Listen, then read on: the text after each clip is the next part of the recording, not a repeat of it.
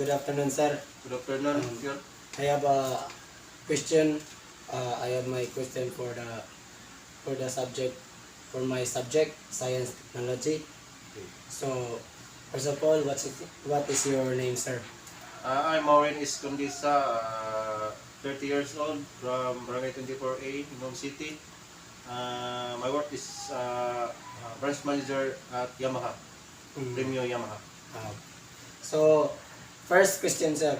What do you think is the role of science and technology to the society? The role of science and technology for our society is it makes me more relaxed and pleasurable, and makes us make transaction more faster Mm. and easy to easy to easy to attach things. The second question, sir, is what are the advantage and disadvantages of science and technology? The advantage of science and technology is make our life easy and more faster, and make us make our life more enjoyable and easy to communicate with each other. The disadvantage of science and technology is make us more lazy and make us our atmosphere more dirty because of the many factories in the world. That's all. Ah. Ano to? So, Number 3? the last question, sir, is how does it affect human? Science and technology affect human. It affects us, all of our family, because many of us now are more liable, dependable on technology. Many of us now not knowing what they do to the technology.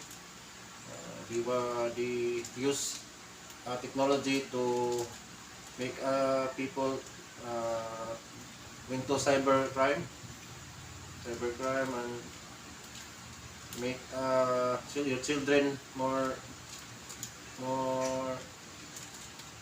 dependable on what they see the in the technology that they have. So that's all. Good morning, sir. First of all, I have a question for you from my subject, science technology. So first of all, what is your name, sir? My name is Wilvin Galia. I am a DP teacher in Calagono Integrated School, teaching English in the junior high school and senior high school department. At the same time, I'm a part-time instructor in Tingaog City Colleges Incorporated. This is the question, sir. First is, what do you think is the role of science and technology to the society? Okay, when we say science and technology, something to do with the development of society. Without science and technology, so most probably we don't have different technological advancement. Like for example, you use your cell phone as your tool, so that is definitely helpful for us to make our lives easier. For example, in the way of communication, because of the technology, we can communicate people outside the country or people who are far from us.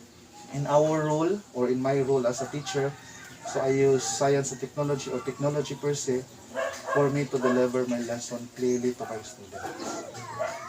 So, proceed to the second question, sir.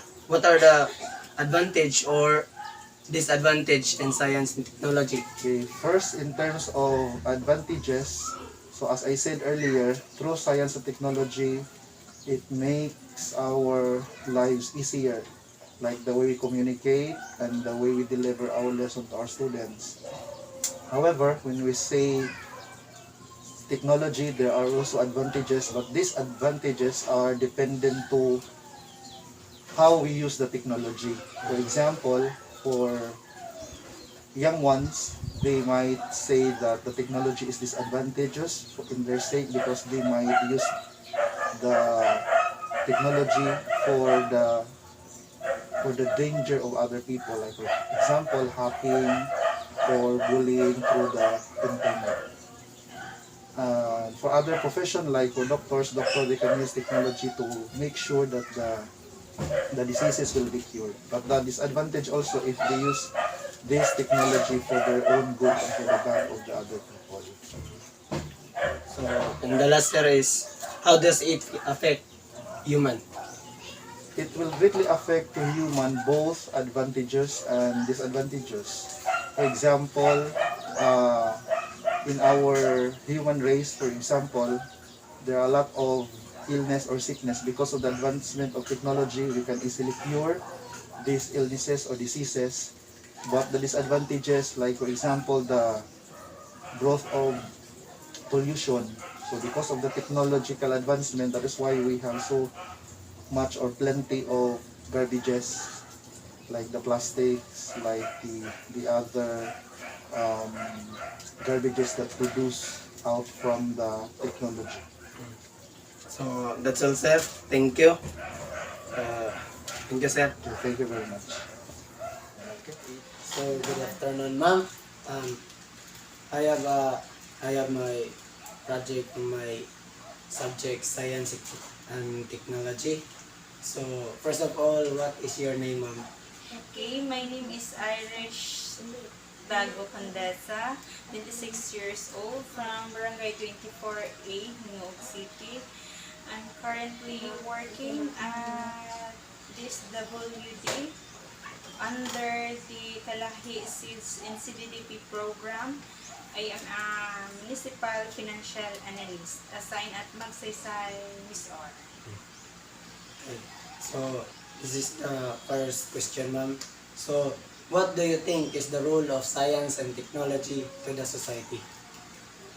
Well, science and technology plays the big role in our society. It it makes the works more easier and comfortable. So, let's proceed to the second question. What are the advantage and disadvantage of science and technology? In our field, there are science and technology gives the advantages where our works makes easier. We can deliver our reports easier through email, and then we can communicate our beneficiaries through messengers. But then the disadvantages in it is that the response of the communications we're given is uh, we can say it takes a day since they cannot accommodate immediately since there are lots of beneficiaries, and then we cannot respond directly to their needs. And the last question, ma'am, is how does it affect human? Well, science technology affects humans is that uh, we are more uh, we always depend on the technology. We instead of doing a part, we just kanang search na lang, then kanang the human will kanang tapulan na dahil sila. That's it. This is a reflection for the three person that I've interviewed. So overall, science and technology has ended played important a big role to our society. Through science and technology, our lives are more easier and comfortable. In communication, science and technology help us to contact people who are far from us more possible. And in terms of work related activities, it helps humans send email, uh, deliver lesson easily, and can respond to different societal needs. Aside from the identifying how useful science and technology it has also distraction. It makes human lazy, more dependable, comment to commit to cybercrime, harm children, and it may pollute our surroundings. Furthermore, the role and effects of science and technology depends on how humans see and use it.